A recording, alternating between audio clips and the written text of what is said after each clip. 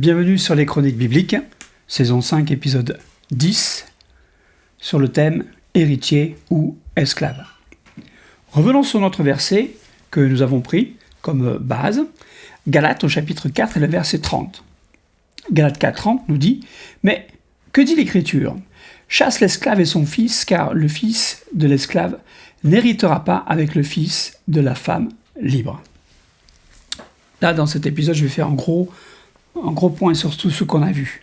Depuis le début de cette chronique, nous sommes allés sur un chemin qui met en opposition l'esclave et l'héritier. L'héritier est celui qui obtient la promesse. Et cet héritier est le fils de la femme libre. Il y a dans tout cela, tout ce que j'ai développé, une notion qui se dégage et qui est très importante. C'est celle de la liberté. Et cette liberté, on voit bien qu'elle est intimement liée avec l'obtention de la promesse. On voit aussi que celui qui est esclave ne peut hériter la promesse. Mais par contre, celui qui est libre en deviendra l'héritier. Reprenons un petit peu les choses depuis même le commencement. Lorsque Dieu créa Adam et Ève, ils étaient libres. Et cette liberté, elle était soulignée par la seule interdiction que Dieu leur avait donnée. Bien sûr, on connaît l'histoire. Ils ont désobéi. Et à cause de cette désobéissance, ils ont perdu la liberté qu'ils avaient en Dieu. Et ils ont aussi perdu la terre dans laquelle ils étaient. À cause de cela, on a vu les Écritures, le péché est entré dans le monde. Et ils sont passés sous la domination de Satan. Donc Dieu avait quand même donné un encouragement et prophétisé à Ève que sa descendance vaincrait l'ennemi. Toutefois, on voit qu'à travers l'histoire, l'homme va aller d'échec en échec. On a vu déjà Caïn, le premier des meurtriers, mais aussi, si on voit à l'époque de Noé, toute la terre était pervertie, en sorte que Dieu a dû recommencer un petit peu les choses avec Noé. Et même après le déluge, le péché a continué à dominer. Puis on en arrive à Abraham. Et là, Dieu trouve en Abraham un homme de foi. Et à partir de lui, il va exprimer la promesse. Et Abraham est devenu pour nous le père de la foi. Et on a vu, et c'était mon introduction, que 3 grandes religions se réclamaient d'Abraham.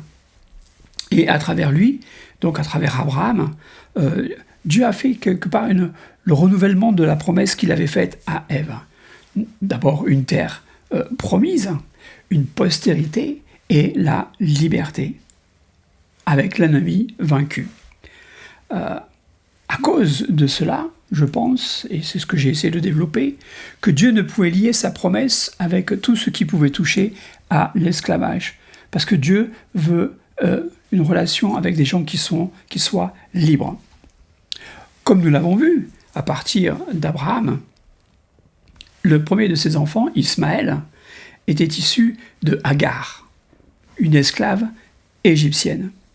Et Dieu refuse que la descendance soit issue de lui. Je vous renvoie aux autres épisodes. Remarquons aussi que Ismaël est issu d'Abraham avant que Dieu ne change son nom en Abraham. Ce sont des choses qui ont l'air d'être un petit détail, juste un petit H de rajouter, mais avec Dieu, toutes ces choses-là, la moindre lettre est importante. Et Dieu a montré déjà par ce changement que l'enfant de la promesse ne vient pas de la chair. Ismaël est venu de la chair.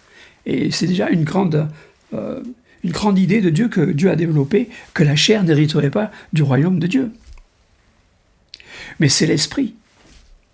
Et Dieu, en donnant son souffle à Abraham et à Sarai, ce fameux H, qui est le souffle divin, l'esprit, que l'héritier est celui qui marche selon l'esprit.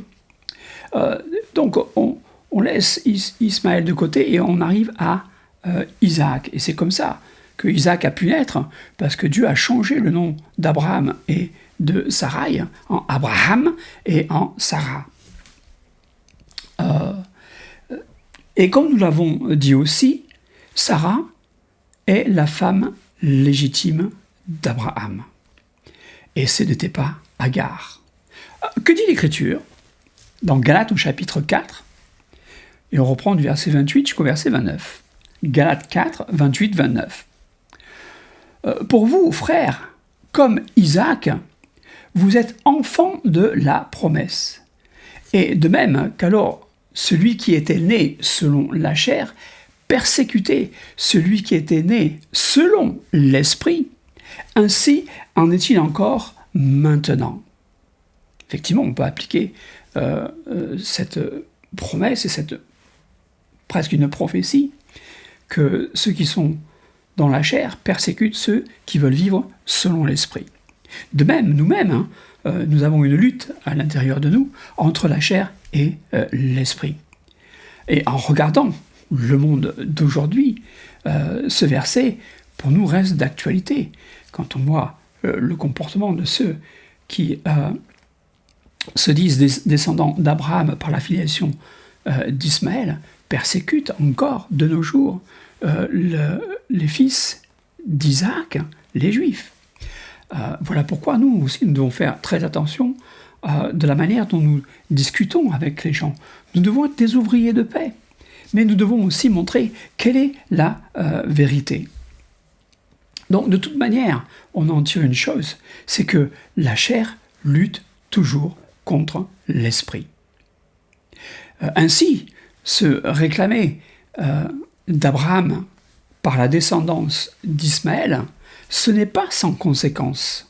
Et on veut attirer l'attention sur ceux qui se réclament de cette manière-là, que lorsqu'ils font cela, c'est se placer sous l'esclavage, c'est se placer sous une malédiction. L'esclavage, parce que Agar était esclave. Et on a vu aussi que Agar était une Égyptienne, et que dans l'Ancien Testament, l'Égypte est le symbole du péché et de l'esclavage. J'ai beaucoup insisté sur l'esclavage, mais c'est aussi un symbole du péché. Mais ce serait le sujet d'une autre chronique si je voulais développer tout cela. La malédiction, à cause de ce que Dieu aussi a proclamé sur Ismaël. Dans Genèse, chapitre 15, et le verset 12. Voilà comment la Bible parle d'Ismaël. Genèse 15, 12. « Il sera comme un âne sauvage. Sa main sera contre tous. Et la main de tous sera contre lui. Et il habitera en face de ses frères. » Et bien sûr, Dieu est fidèle à sa parole. Et voici la postérité d'Ismaël. On trouve cela dans Genèse au chapitre 25, le verset 18. Genèse 25, 18 nous dit, en parlant d'Ismaël, « Ses fils habitèrent Havila jusqu'à Shur, qui est en face de l'Égypte, en allant vers la Syrie. Il s'établit en présence de tous ses frères. » Cette prophétie est toujours valable, est toujours réelle même aujourd'hui, et on en voit encore ses effets. Toutefois, il y a une voie de salut. Je m'adresse à tous les musulmans qui se réclament aussi d'Ismaël, qu'il y a une voie de salut pour tous ceux qui se réclament d'Ismaël. C'est se tourner vers Jésus-Christ. Parce qu'il est l'héritier de la promesse qui peut les rendre libres. Jésus-Christ est leur sauveur à eux aussi. Et on voit donc que Dieu ne pouvait pas associer sa promesse à Ismaël. Mais on peut se poser qu'en est-il pour Isaac? Il ne pouvait pas non plus faire reposer toute sa promesse sur Isaac. Puis c'est passé à Jacob après lui. Et Dieu s'est fait connaître comme étant le Dieu d'Abraham, d'Isaac et de Jacob.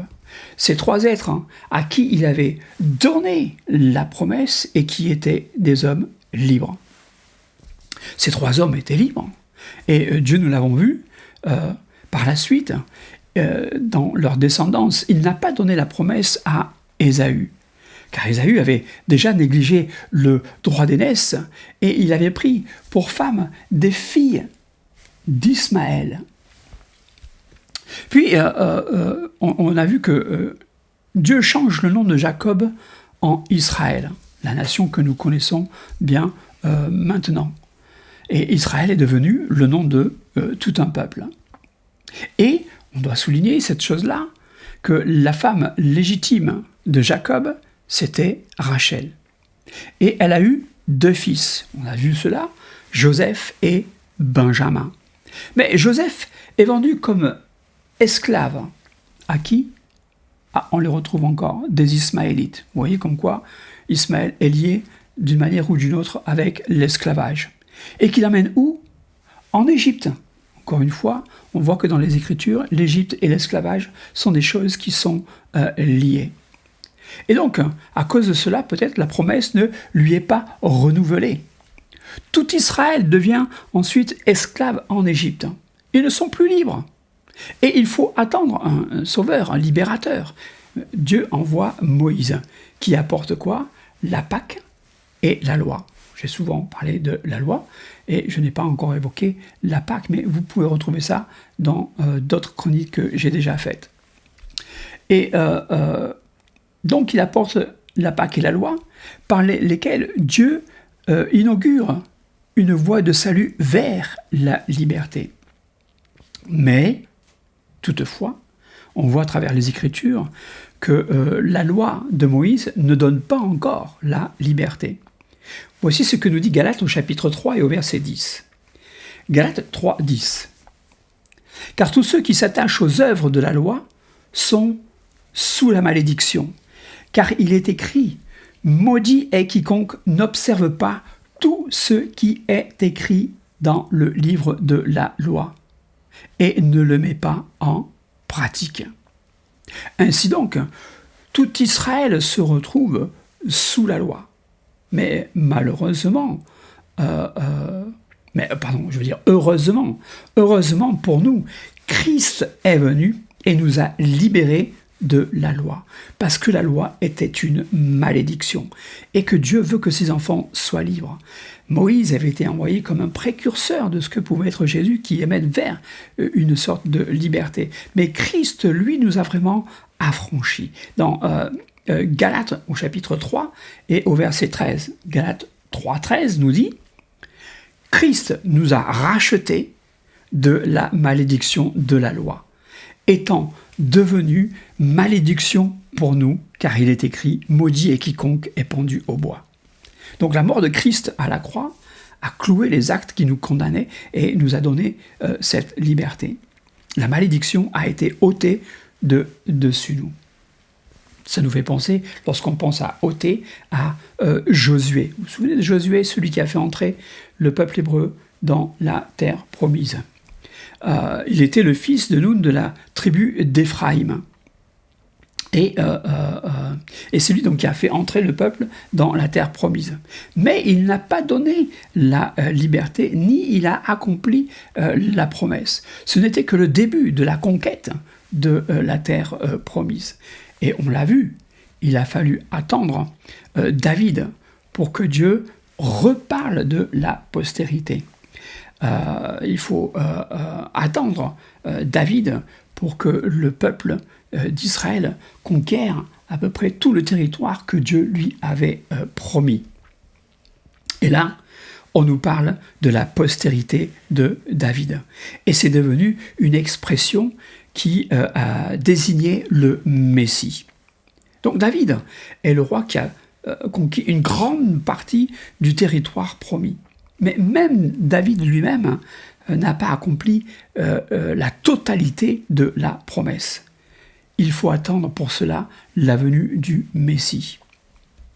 Le royaume, on l'a vu, s'est déchiré et par deux fois, les Juifs ont été emmenés en esclavage, une fois par les Assyriens et la deuxième fois par les Babyloniens.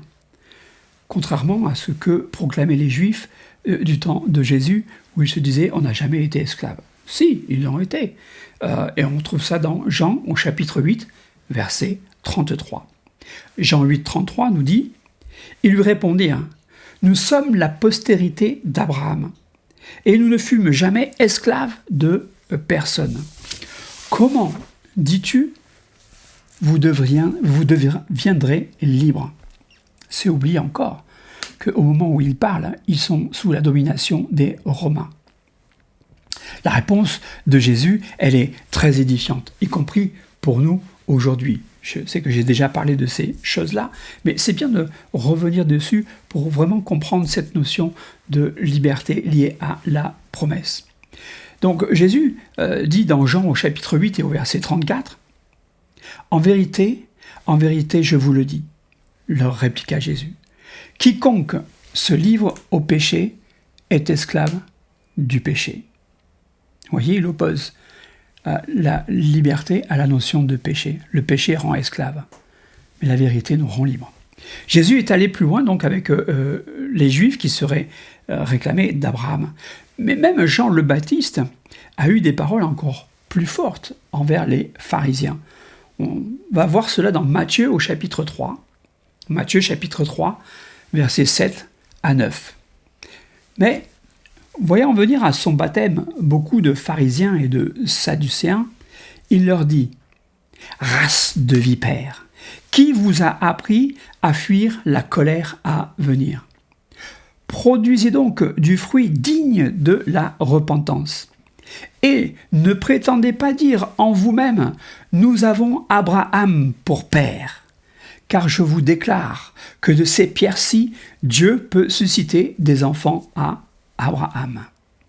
Alors peu importe qu'on se réclame d'une religion ou d'une autre en se disant nous avons pour père Abraham. Ce que nous dit Jean-Baptiste est très intéressant. Il avait compris certainement cela et s'est inspiré de l'Esprit qui dit « Repentez-vous et produisez du fruit. » Car il y a une colère qui va venir. Où en sommes-nous donc ? Nous voyons qu'on ne peut pas se réclamer d'Abraham par Ismaël. Nous ne pouvons pas non plus nous réclamer d'Abraham selon la chair en disant « nous sommes des descendants d'Isaac ». La postérité est quelque chose de spirituel. Et Abraham est notre père dans la foi, pas dans la chair, mais dans la foi. Et Jésus-Christ est cette postérité qui a été promise dès le départ, notamment à Ève, mais ensuite à Abraham, à Isaac, à Jacob. Il est celui qui est le fils de David. Et il nous ouvre à une pleine liberté. Et nous devons rechercher cette liberté. Mais pour cela, on doit rentrer en soi-même. Je veux m'arrêter là, vous laisser réfléchir avec cela. Si vous avez aimé ce que vous avez entendu, mettez un pouce, likez, partagez, parce que c'est important de connaître toutes ces choses-là. Et je vous dis à bientôt. Le Seigneur vous bénisse.